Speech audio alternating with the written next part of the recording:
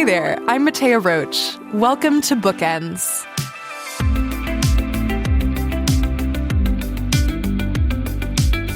Have you ever experienced some kind of emotion that was so overpowering that you felt words couldn't quite capture the gravity of what you were going through? I personally am a very verbally oriented person. I process the world through language, and yet I still sometimes find that words fail me. And in those moments, I find that I have to turn to art that's been made by other people about their big feelings. And my next guest definitely deals in big emotions. Sarah Leavitt translates some of her own massive and hard-to-verbalize feelings into something concrete in her new collection of comics. Something Not Nothing is a capsule of Sarah's experiences in the 2 years after the death of her partner, Dynamo. Sarah weaves together unconventional comic panels that are filled with poetry and abstract images drawn in different mediums. Think about ink, watercolor paint, and colored pencils all together. It's a graphic novel done in a way that I had never seen before. And there's something about that experimentation with form that really captured the ebb and flow of grief after you lose someone that you love dearly. Sarah Leavitt teaches at the University of British Columbia in Vancouver, and that's where I reached her.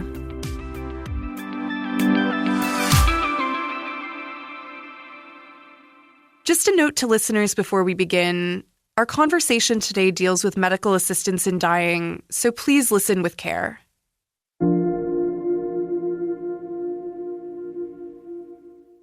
Sarah, thank you so much for joining me.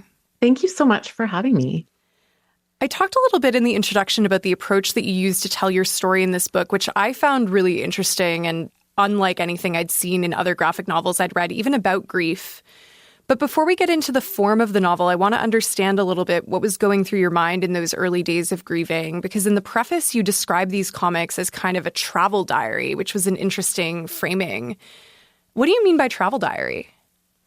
This idea of a travel diary, I think it came to me when I was doing comics about my mom when she had Alzheimer's. Some of the things that happened were just so strange and not like, they didn't kind of fit into the stereotypical idea of like, okay, my mom started forgetting things and then, she stopped recognizing me. Some of them were just like random weird things, like how she had trouble moving through space. And so similarly, when my partner died and I was grappling with what that meant to me, there were things that they didn't fit into the words that I was familiar with for describing grief.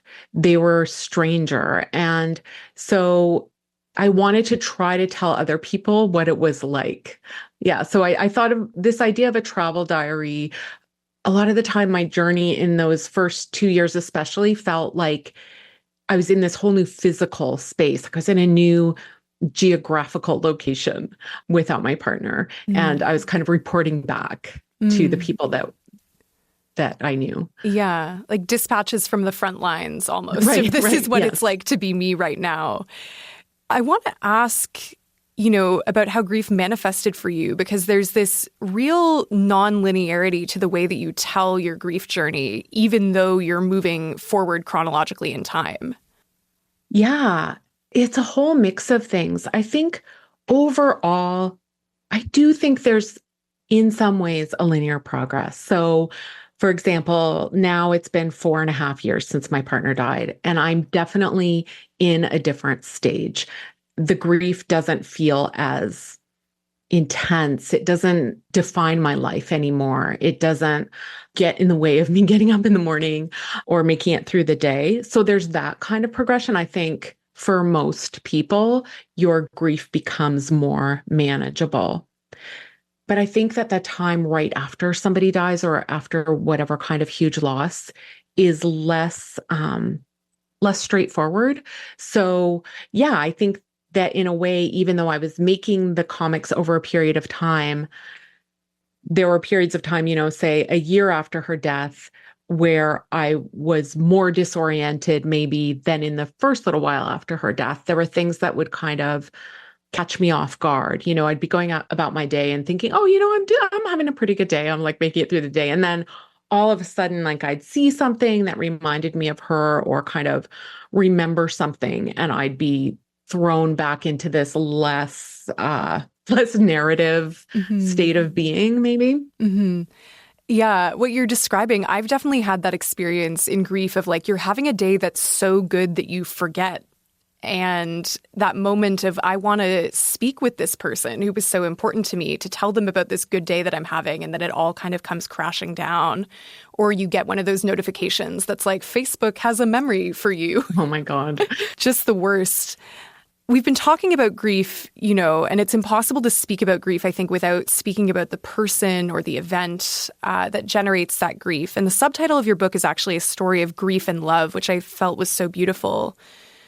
So these comic stories felt like they were as much about your love story with Donamo, your partner of 22 years, as they were about her death and the aftermath of that. She felt very alive to me in the pages. And I want to just know more, I guess, from your perspective about your relationship with Donamo. What was she like? Oh, I'm so glad you asked that. I'm so glad you said that she felt alive to you. Yes, we met in 1998, and she was somebody that I'd seen around in our small queer Vancouver community, but I didn't know her. But we met through a mutual friend, and it sounds so cheesy whenever I talk about it, but I immediately knew that she was this really important person. And in my memory of meeting her, there was like this glow around her. Yeah. And I just thought she was so beautiful and so compelling. And then it turned out that she was also really goofy. And I asked her out in an incredibly uncool way.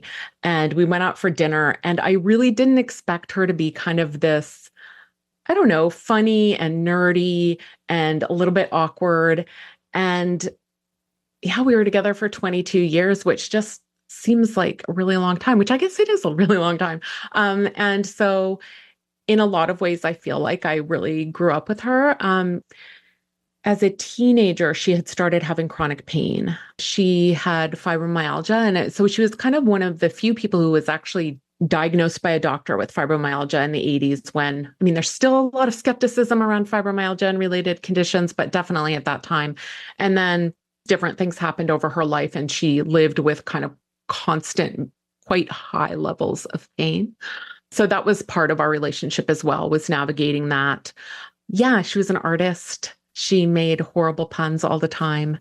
She did not like the word butch, but she was definitely like a masculine looking and acting woman. I think it was how she would describe herself. Very queer. Yeah.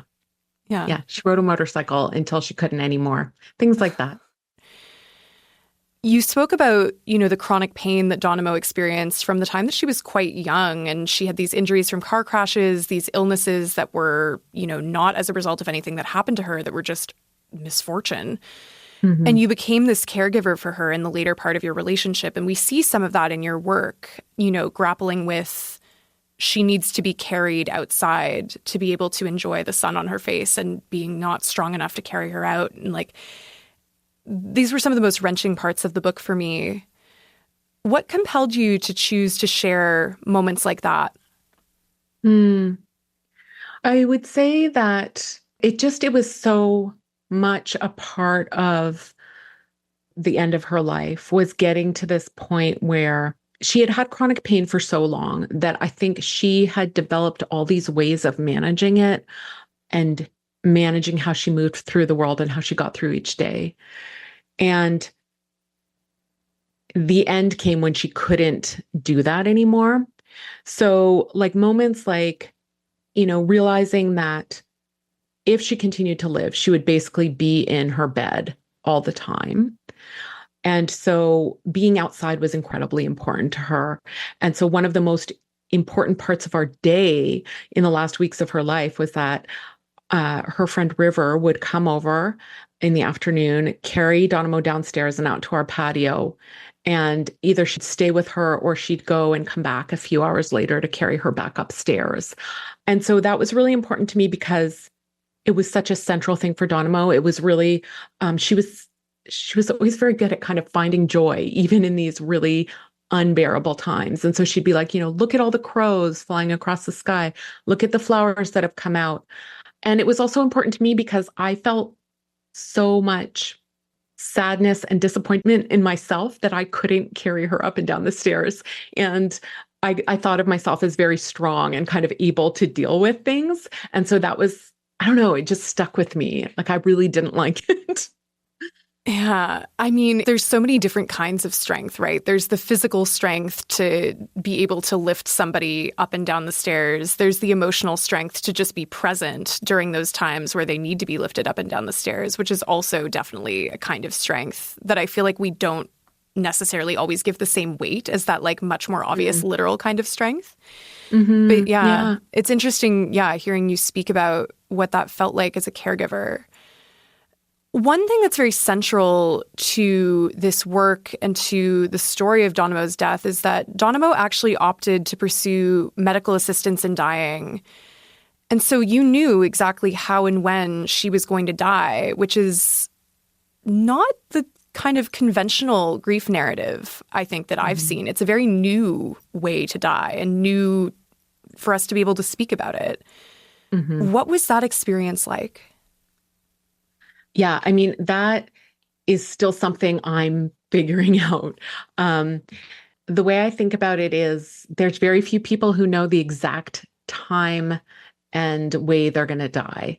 So people who are choosing MAID, people who are going to be, I hate to say it, but people who are going to be executed, or people who have maybe planned their own suicide. I think that's really it. And so there were certainly like dark parts of this leading up to it where I felt really horrible about planning her death. And I would think things to myself like, well, how is it that we can all sit there and watch the doctor put an IV in her arm, knowing that it's going to kill her? Like it kind of goes against our natural instincts. And it's still this thing that I am blown away by that she could do. How do you kind of walk through the day knowing that you are going to be dead in a few days? Like I'm so in awe of her kind of just moving forward very intentionally. So yeah, and then there were also really beautiful parts of it, right? Like she had the opportunity to hear from so many people who just loved her and were able to write her emails, or, it was the beginning of COVID. So sometimes people would come over and like be outside under her bedroom window and like talk to her on the phone just so she could see them out the window. So there were all these really beautiful opportunities. And I mean, I don't know if this answers your question, but in some ways it's just, I still cannot wrap my mind around it. And I do think that, it's a very different way of dying. And I think other people whose loved ones have had MAID talk about that as well. And I guess this will become more common too, as more people choose that option. Yeah, it is this kind of different, there's the anticipatory grief in addition to the grief that comes afterwards. I don't know anyone personally who's chosen to die by MAID or like not well in any case. But it seems to me the way you're describing it, it's a different sort of anticipatory grief than when someone has a terminal illness or is very elderly and you know that their death is, as is in the language of the policies around MAID in Canada, reasonably foreseeable, but that they are not choosing the exact date and time that they leave this world. That sort of anticipatory grief feels very different to what you're describing because there's not so much this possibility of like being able to intervene. I want to talk a little bit more about sort of the formalities and the culture around death and funerals, because there are a lot of aspects of Donamo's death that were kind of unconventional, not just the fact that she died by MAID, but also the fact that, she's dying outside. She is wrapped in a shroud and has this natural burial instead of being put in a casket. How do you feel, I guess, about the culture around death in Western society? And were there ways that you and Donamo tried to subvert that in organizing how she would die? Yeah. I don't know if it was a sort of calculated choice, or more that it ended up happening. And again, like it was really strange that this was all happening in the very early days of COVID. So at one point, a friend of mine said to me, it's incredible that Donamo has friends around her as she dies. Like so many people are dying alone in hotel rooms. And partly, Donamo and I were a little bit clued out of COVID stuff because we were so focused on what was happening, but it was something that was real. So yeah, she definitely wanted to die outside. We were trying to think like, I don't know, do we know anybody with a beautiful backyard, or is there something we can do? And then we found out that Parks Canada actually has a agreement like that. If people want to have their death outside, they can do it in a national park. And I forget, I think the funeral director contacted the park and they were like, yes, she can have her death here as long as you make sure that there's no chance of anybody in the general public witnessing it. So she was able to choose this place in North Vancouver that was really meaningful to her. Not the exact location that she wanted, but very close to it. And then she thought really carefully about the exact things that she wanted to do with everybody. And then Donovo she could be really infuriating in that she always wanted things to be precisely how she wanted them to be. And sometimes that was a mixed blessing. So, and it's one of the things that I kind of love about this whole thing is that our friends were kind of still getting a little bit annoyed with her at the end of her life. Like, okay, come on. But she was like, now, I want to have these buckets. Well, we're right beside a river. I want to have these buckets of river stones, and I'm going to give one to each of you. And that was really beautiful. It was like 4 of our friends plus my dad and our little dog, and she spent time with each of us. So yes, she definitely wanted to take control and not do anything kind of traditional. And then the green burial was something that came up kind of before she knew that her death was coming. We had been talking about cremation and that she had just found out that it was very bad for the environment. So when she knew she was going to die, we did a bunch of research into options for green burial, and it turned out that there's the big cemetery in Vancouver accepts green burials because not everybody will. So, like you said, she was wrapped in a shroud and not in a casket. One of the things that you're bringing up so much as you're talking about the circumstances around Donomo's death is the support that you had from friends. I would say in a queer context, we would often say chosen family. I want to know a bit more about what role that larger community played in helping you and Donomo through her illness and her death, and perhaps why it felt important to include those details in your book, because I feel like so often in grief narratives, it really is just like the biological family is the fabric that we see in the environment around a death.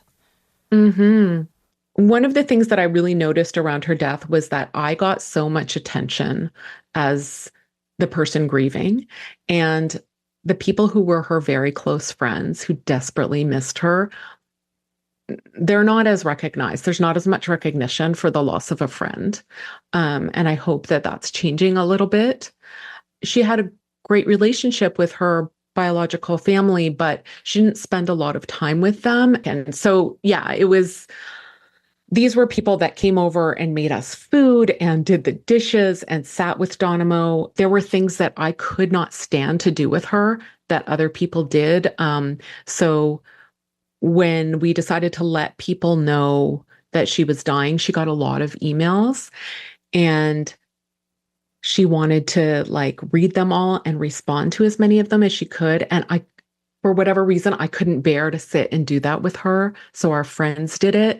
And then when we were organizing the actual details of the day and the logistics, we had planning meetings, and I went to the first one and I was like, oh my God, you guys, I cannot do this. I cannot sit and plan my partner's death. So they did it. So, I don't even know where I would be without them, or it's just kind of the definition of friendship or the epitome of friendship or something, is people who are willing to do stuff like that, because it's not fun. It's very, very painful. No, it's not fun. And it's interesting what sorts of these, it feels so reductive to call them chores, but these chores, because that's what they are, people gravitate towards and are more comfortable doing. This is a weird thing to say. I love writing obituaries. I actually really enjoy it. I've had to do a couple of them, and I think I'm very good at it. But it's there are other things surrounding death and illness that I know I can't do. And I'm so glad to hear you describe this community that you had around you, this sharing of tasks. Yeah. I mean, in that way, I just think I'm so fortunate. Yeah.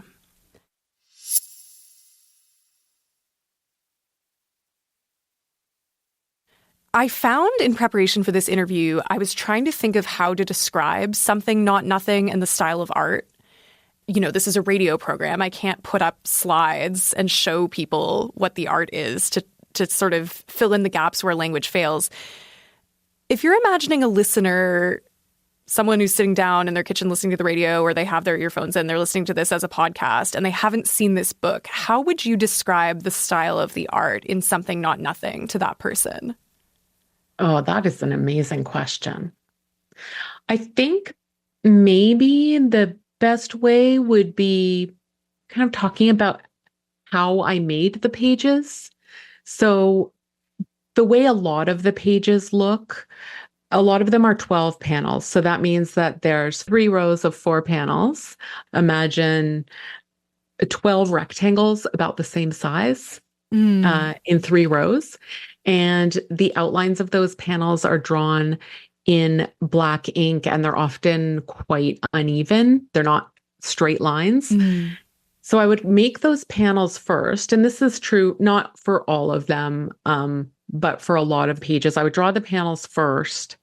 And then I'd start messing around with layers of watercolor and thinking about, or not thinking about, it was more like feeling about what colors I wanted to use. So on a lot of the pages, there's like these washes of color. And then sometimes I'd take colored pencils and layer over those watercolor panels with more textures. And then I'd start putting in text and sometimes little drawings like of plants or imaginary creatures or weird versions of myself or Dynamo or a dog. And the text often was unplanned, not always, but it often just kind of came out of me.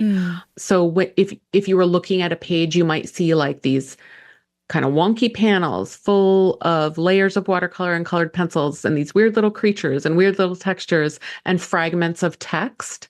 And I think you could call a lot of the book poetry comics, which, I mean, we could also talk for hours about what poetry comics are, but it's the closest I've gotten to kind of working with poetry or working in a more poetic way, even though I definitely don't consider myself a poet. I don't know. Does that come close to answering what you asked me? That actually was a really, really good answer. I think that if I hadn't seen the book, that would tell me quite a lot about it. We'll see if the folks listening to this program feel the same way. But I think that you did a fantastic job of describing your own work, far better than I could have done. I want to talk about the text that you use. You mentioned that you're doing almost poetic comics. And in the early pages of the book, there's a lot of text, but it's text that's kind of broken into fragments and these like half sentences or sentences where words are blacked out. Why did you choose to use language in that way in this book? Yeah, so I'm thinking about, and maybe these are the pages you're thinking about, like at the beginning where I was kind of playing with some of the wording from the requirements for being eligible for assisted dying. It really felt, and I think that probably others who have experienced big losses can identify with this. You kind of run out of words, or the words that people are saying or that you're reading seem meaningless, or they don't really apply to you. For example, like when I was reading the requirements for being eligible for an assisted death, it's so horrible, right? Like it's in this somewhat clinical language, but it's basically saying like your life is so terrible that you need to die because living is impossible. And maybe this is a bit of me looking at it afterwards. I don't know if I felt this at the time, but that kind of scribbling over those words, tearing them up, kind of splitting them was a way of trying to convey what it felt to try to read those words and make sense of them and apply them to my life and Dynamo's life. And that's another thing that I love about comics is that they offer you, like in some ways similar to poetry, this ability to not only play with what words you're going to choose, but how you write them, where you put them in a panel, how you break them up. All of those things like can affect how the reader hears the words in their head. You've said in other interviews that you've done and in things you've written about this work that creating Something Not Nothing was a cathartic experience. How do you decide what parts of your story to keep for yourself and what to share with the public? Because I think this is something that people who are doing memoir work, especially people that are doing memoir work about grief where there's another person involved, have to negotiate when they're putting, a book or whatever other sort of artistic project it is out into the world. Mm-hmm. The more I talk about this, the more I realize how individual it is, because I feel like there are things that I've put out into the world where people I know are like, how could you share that? Or didn't that feel like way too much to share, where it doesn't bother me to share it. So I think about this in different ways. I do think that it's important when you're actually making the work not to stop yourself from making anything, and to get it all out on paper or whatever you're using, and then make those kinds of selections later. So in terms of deciding what to share, there are things that are, private to me and Donamo that I wouldn't share, that I feel would not be something that she wanted me to share, things about her life that just aren't mine. So sometimes it's because it's too private. Other times it's just because I don't like how the art came out. Or other times maybe, of course, I have a very biased idea about what's interesting in my book, but there are things that I left out because I think they just weren't interesting or they were repetitive. And when I was working with Arsenal, the publisher, I found a couple other comics that I hadn't put in, and I asked them, and they were like, yes, these seem like good ones to add. These ones don't seem like they add much. So it's kind of it's in so many rounds of kind of figuring out what goes in and what doesn't. And by that point, you're somewhat removed from the initial experience of making the work. So it's, not as painful as it might be to try to do it when you're right in the middle of it. Yeah, there's a bit maybe of a detachment when more time has passed, especially writing memoir, more time has passed since the events that you're describing, to be able to sort of kill your darlings, so to speak, rather than being like, well, this is my feelings and my experience, and therefore it all must go in. Yes. Yeah. I am such a sucker for asking questions about titles of books. That's another aspect of the presentation of a work and how it gets packaged that I just always find really interesting.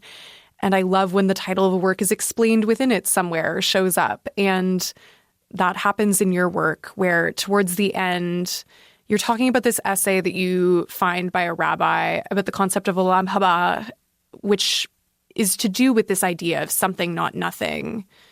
Can you explain what the concept of olam haba is? Yes, keeping in mind that I'm not an expert, but it was this collection of essays that I had about I think it's called something like Jewish ideas on death and mourning. And it was interesting because, there's this thing that people say about Judaism, which is that there's lots of contradicting ideas and teachings within it.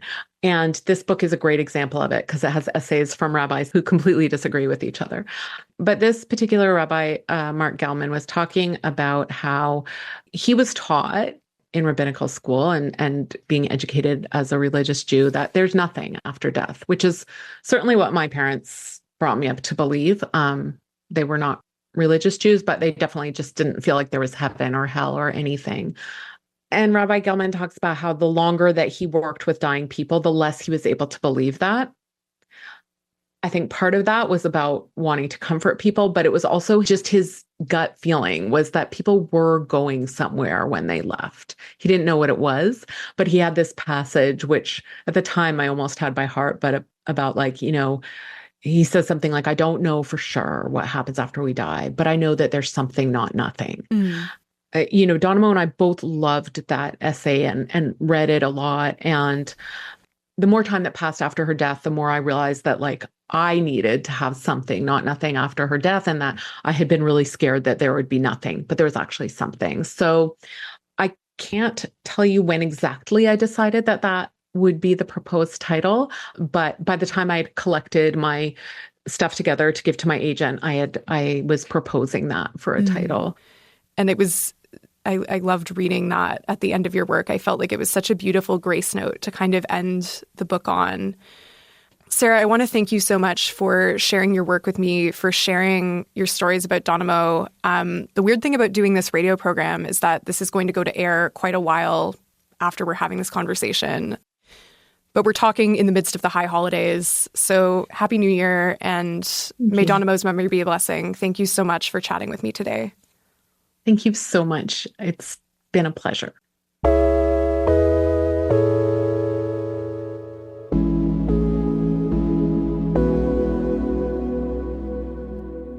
Sarah Leavitt is the author of the graphic memoir, Something Not Nothing. Today's show was produced by Lisa Matthews, with help from Barb Carey. Our senior producer is Jacqueline Kirk, and our executive producer is Aaron Balser. I also want to shout out our radio techs and the wider CBC Books team for everything they do to get this show on the air every week. I'm Mattea Roach, and this is Bookends. You can tune in on Sundays and Wednesdays on CBC Radio or follow the show on the podcast app of your choice. Thanks for listening, and I'll see you next time. Because when the book ends, the conversation begins.